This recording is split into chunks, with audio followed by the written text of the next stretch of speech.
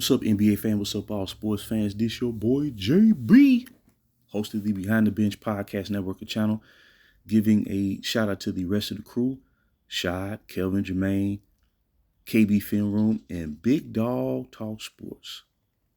That's right. Everyone who's tuning in, thank you for supporting Behind the Bench. Subscribe to the channel. Help make this show the best that it can be. I want to share this one.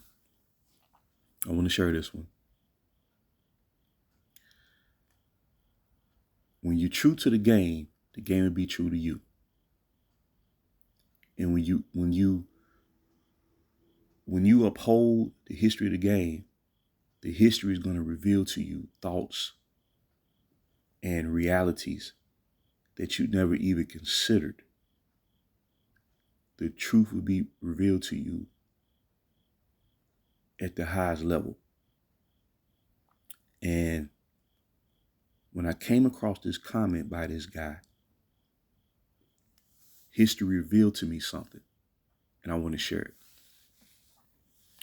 So this guy, once again, Omar Raja, who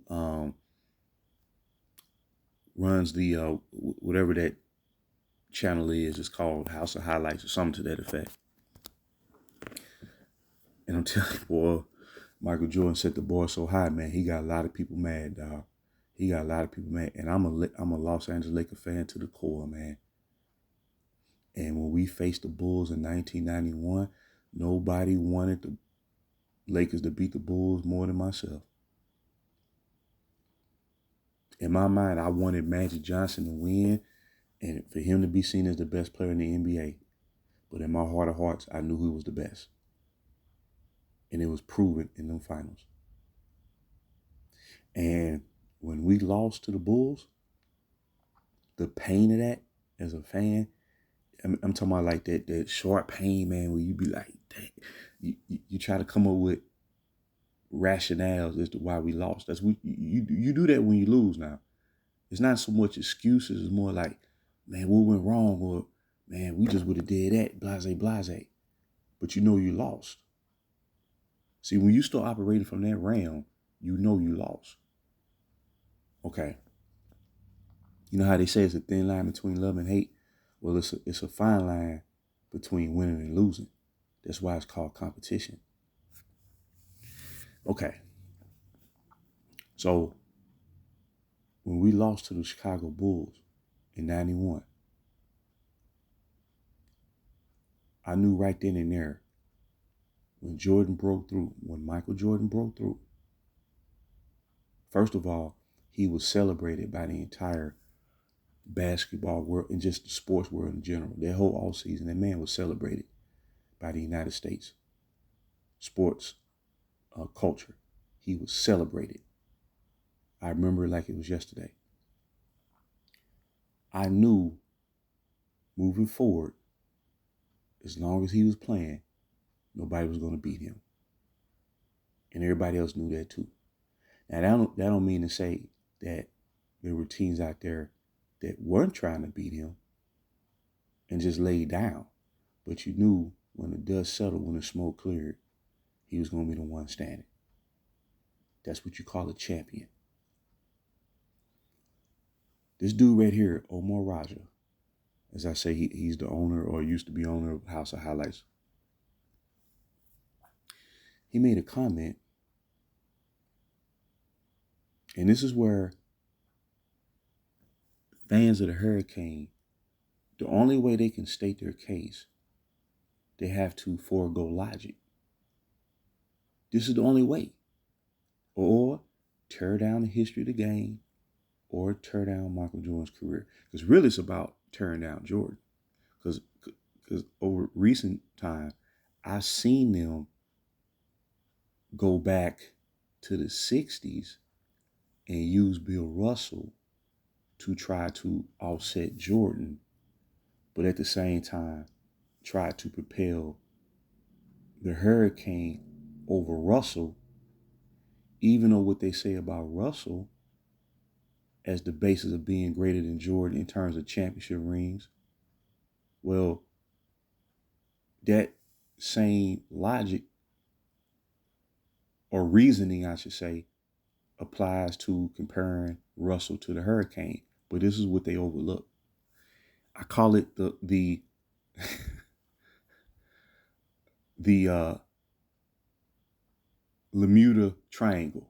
Like the Bermuda Triangle, it's the Bermuda Triangle. And they wind up being defeated by their own lack of reasoning. So he says that the Hurricanes finals record of 4-6, which includes that bubble, by the way, is more impressive than Jordan's 6-0.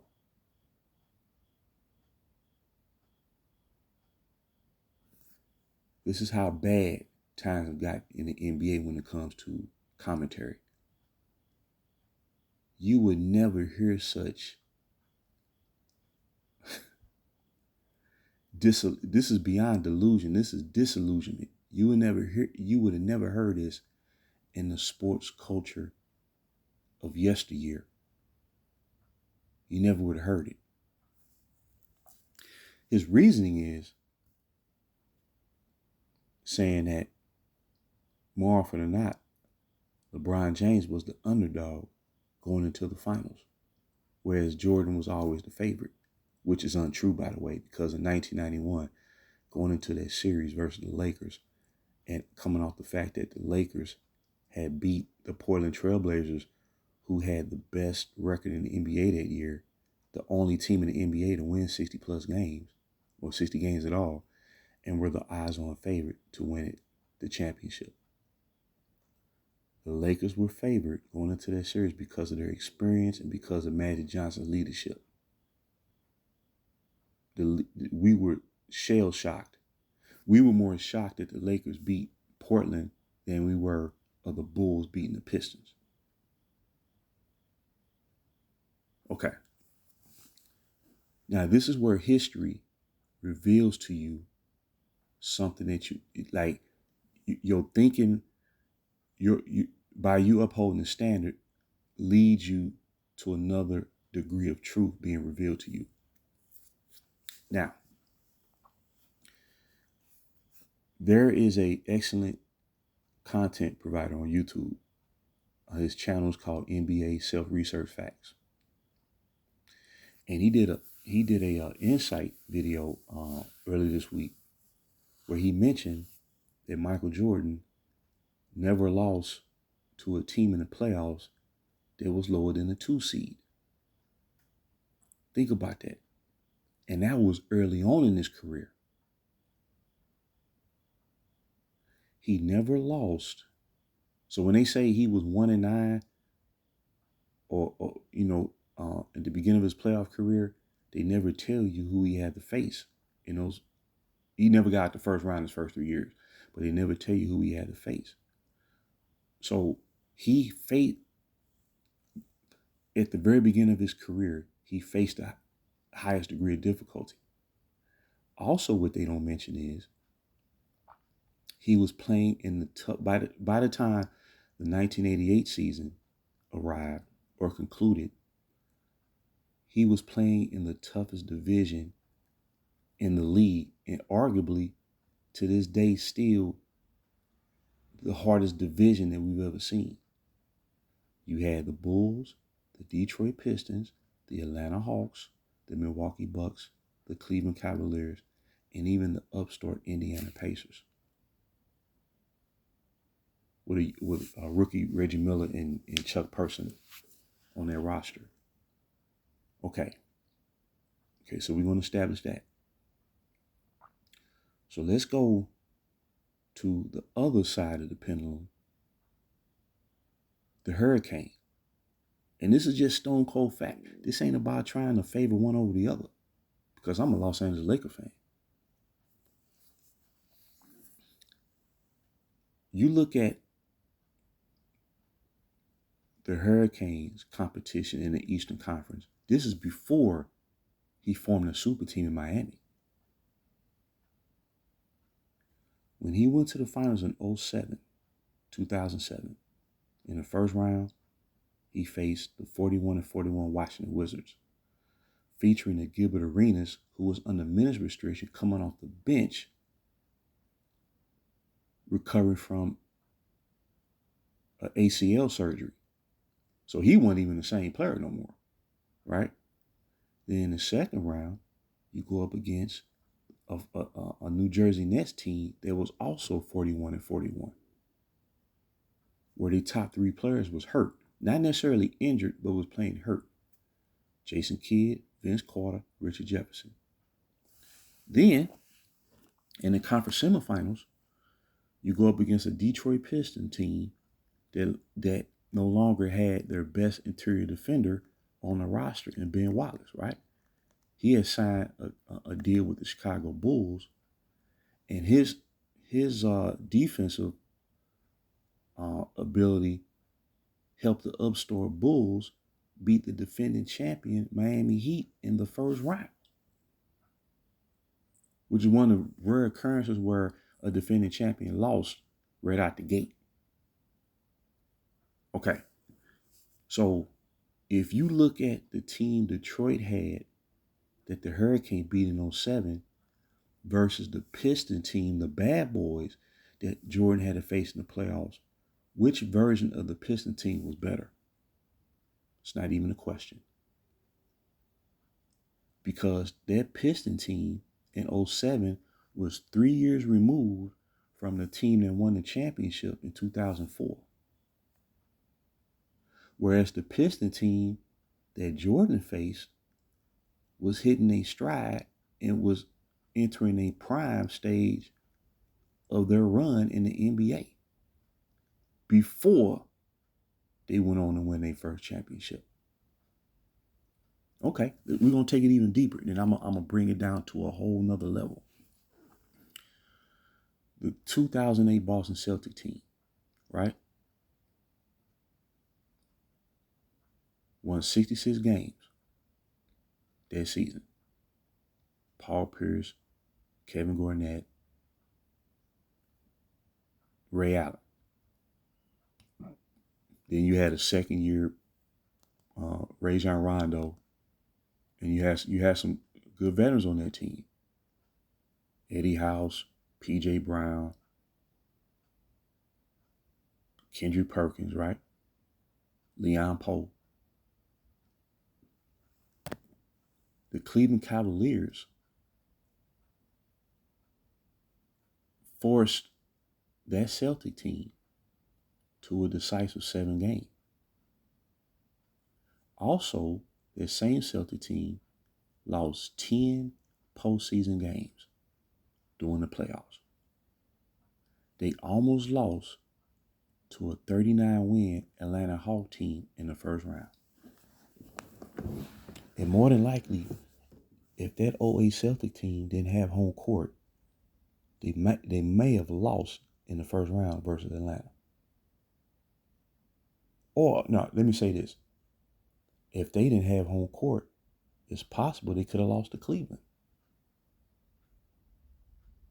Okay. Now, you go to the 86 Celtic team that went 67-15. They dominated during the playoffs. They went 15-3. Right? They swept the Bulls in the first round. They swept the Atlanta Hawks in the second round. They beat Milwaukee Bucks in the conference finals.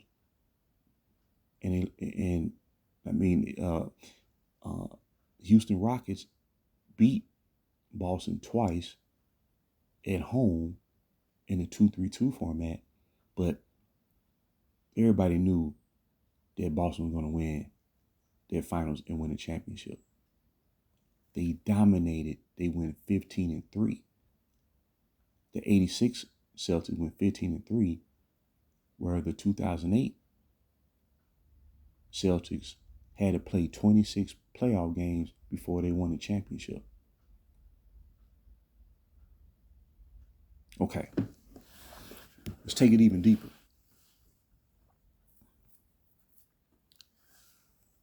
Oh, when they say, the Bulls were favored in every finals, they was the underdog in 91 because they was their first time there, and the Lakers had the experience. And they was the underdog in 98 in the rematch versus Utah.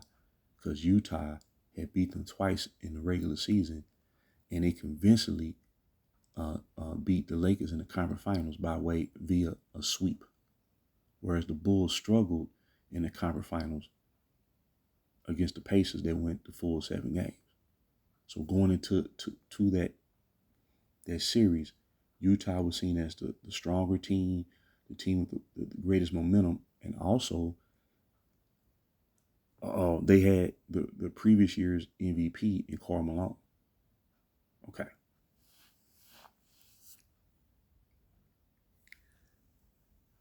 In 2009 and 2010, the Cleveland Cavaliers finished with the number 1 seed in their conference. They finished with the best record in the league both years. They were the odds-on favorite to win it all. In both years, they didn't even advance to the finals. Now again, and this is for the Omar Rogers of the world, Michael Jordan never lost to a team in the playoffs that was a 2 seed, that was lower than the 2 seed. His degree of difficulty was greater. Now here where I'm getting at. Let's take this to football. Throughout the 80s and up until about, I say mid-90s, about 95, 96, the national football, the team that represented the National Football Conference in the Super Bowl won 13 straight Super Bowl championships. Outside of the 49ers, who was acknowledged to be, they proved to be the team in the 80s, and the 85 Chicago Bears. The team that won the NFC East Division won the Super Bowl. The Dallas Cowboys, New York Giants, and at the time the Washington Redskins. Okay. If you look at the Dallas Cowboys in the 90s, they played in the toughest division, the most physical division. And in the first round, the divisional round, more often than not, they would have to go against the Green Bay Packers, who was up and coming. They had Reggie White on the team, the late great Reggie White, Brett Favre, the gunslinger, and excellent receivers like Antonio Freeman and whatnot. They would have to beat a Green Bay Packers to get to the championship game, and then have to go through the 49ers to get to the Super Bowl. You see what I mean by degree of difficulty? So when you beat that level of competition, you're battle tested. So when you go to the Super Bowl, the people who cover the NFL know that your road was harder, but it's preparing you to win the ultimate prize. So therefore, the NFC went through the higher degree of difficulty in the playoffs, and whoever was the representative from the AFC had a decisive disadvantage as a result. And we saw that on the field on Super Sunday. And that's why the NFC won 13 straight Super Bowls, because of the degree of difficulty that they faced in the postseason. Now let's translate that and apply that to the NBA. Michael Jordan was more often than not given the benefit of the doubt that he would reign supreme because of the degree of difficulty. And by him, now remind you, he dominated to such a degree where by 93, he felt there was no more challenges. He retires to go play another sport that he hadn't competed in since his high school days. He essentially spotted the NBA 2 championships for someone else to come and win. But check this out. The reason why he was given the benefit of the doubt, because they knew he went through the fire. See, when they tell you that expansion diluted the talent, in all actuality, it did not. It actually strengthened other teams or expansion teams that actually made the degree of difficulty even greater. Because you're going up against this new, kind of a new opponent where you don't necessarily have a great read on because you're not familiar playing with them like you had versus teams that you had to face in the 80s, right? As you were starting your career out. So a team can catch you off guard in a situation and possibly knock you off. So he had to be prepared at all times. Okay, now, when they say the Hurricane was the underdog the majority of the time, it's because they know, even though they were trying to push him to the finals, or let me put it this way, to where they knew he had more than a decisive advantage because he was forming super teams by extracting the majority of the top level players position wise in his conference to create the least resistance to make those 8 consecutive finals appearances. Well, when he advances to the finals, they're not giving him the benefit of the doubt because of the decreased level of resistance or degree of difficulty. Because more often than not, when you advance to the finals, particularly your Western Conference opponent, those teams were built and had continuity and were more competitive because they went through the fire year after year after year after year. So even when the Spurs team, they weren't going to the finals every year, you knew they was right there. And they would tweak their lineup, come back the next year with more resolve than the previous year. And boom, you got a scenario where they're not going to give a team led by the Hurricane the benefit of the doubt when he advances to the finals. And that's an example of when you're being true to the game is going to be true to you. Jordan was always true to the game. So when he broke through, when he proved that he was the unequivocal best player in the NBA, nobody would bet against him because they knew he went through the fire. And they knew he went through the highest degree of difficulty in a shorter period of time with less offensive-laden talent around him. Whereas the other guy,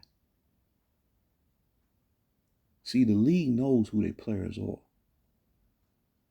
The league knows that the Hurricane needs constant help because the style of play cannot sustain a team consistently year in and year out. Because players are asked to play out of position, the team play becomes inconsistent, and they're not meeting expectation. But they don't want the blame to be placed on the player who's causing that imbalance. Whereas with Michael Jordan, because of his play, everybody knew their role. Do you notice during the years with Michael Jordan and Scottie Pippen played as teammates, you never heard no controversy about whose team it is or who should be playing what role. Everybody knew it, man. So my point is this, for the Omar Rogers of the world, Y'all argument is only appealing to the lowest common denominator. It won't stand because it's not based on anything that's genuine. So when you say that going 4-6, which includes a bubble, is more impressive than a basketball player who went undefeated in championship play, of all the great NBA superstars that we've seen in this league, they've experienced at least one defeat in the finals. And that's the greatest disappointment. That's why they call it the finals. It's the final round of competition in the postseason for that year. And when you lose in that final round, it's the greatest loss, and it resonates. Now, you may get upset in the earlier round and be disappointed that you got upset. But to lose in the finals is the greatest degree. What do they say about the Super Bowl? The team that loses the Super Bowl, it can carry over to the next year where they don't play good at all. And they may barely make the playoffs. They regress because of the loss of the experience of losing that game. It's hard to come back from. So my point is this, man. This argument here, man, is frustrating and it's really a waste of time. And it discredits the game. And what's happening is when you lower the bar, and see, the only reason that he's in position to constantly expound on this is because of the cue that's taken from the talking heads in mainstream sports media, because they lower the bar to accommodate a guy that they trying to push to the top who has no business being mentioned in the same breath as the guy that they trying to push him past. That's what this is coming down to. And it's not even funny anymore. I don't see anything funny about this because it's bringing the whole league dynamic down. You got young stars out there doing it right, competing, and they're winning. They're beating these veteran superstars who embrace this notion of joining forces in this whole player empowerment nonsense. Jokic broke through. Giannis broke through. Shea broke through. Anthony Edwards has beaten the Hurricane and Kevin Durant in the postseason. And they're not getting their recognition, man. And it's not cool. Now, when the Hurricane so-called won, and I'm a fan of Kevin Durant, when he won, they got their spotlight. But the young stars are doing it right. They're not getting their recognition because they want to uphold an era of basketball that when the smoke clears, it's very possible that what they're trying to accuse previous eras of being is actually going to apply to that very era.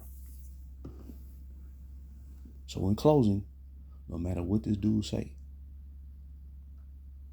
having a losing record in championship play, there's nothing favorable about that when they try to place the odds in your favor to create the least degree of difficulty. One of the main reasons why Jordan was undefeated in the finals is because he faced the highest degree of difficulty that led him to elevate his play to such a point where there was no denying who he was.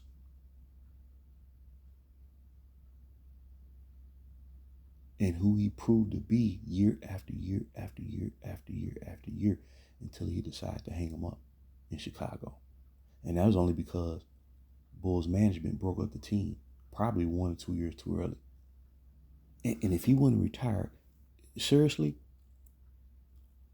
and I give Hakeem Olajuwon all the credit in the world for what he did in 95. Because the level of basketball he played in 95, if they would have faced the Bulls with Michael Jordan, out of respect to what that team did in 95, that series would go on 7 games.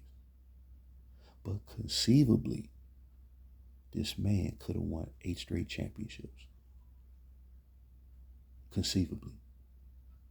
Because the facts show that he generated 2 3-peats. Outside of the 2 years Houston won a title, he generated 2 3-peats. It wasn't like he won a title and then 3 years later he won another one. That's what you call dominance, man. And what's happening is fans of this dude and the presence of this guy in the league still is literally, how can I say this, man? It's calcifying the league. The league is not moving forward. But this is what happens, man, when you lower the bar and you accommodate the lowest common denominator. This is what happens. When the mainstream voices, if they were to turn the tide and uphold the standard and be real about what's going on, they'll flee. They'll fall to the wayside. And we can get back to the business of simply watching the greatest basketball players in the world. So I just want to drop that gold nugget. Please leave your comments and thoughts. And until next time, this your boy JB for BTB Behind the Bench.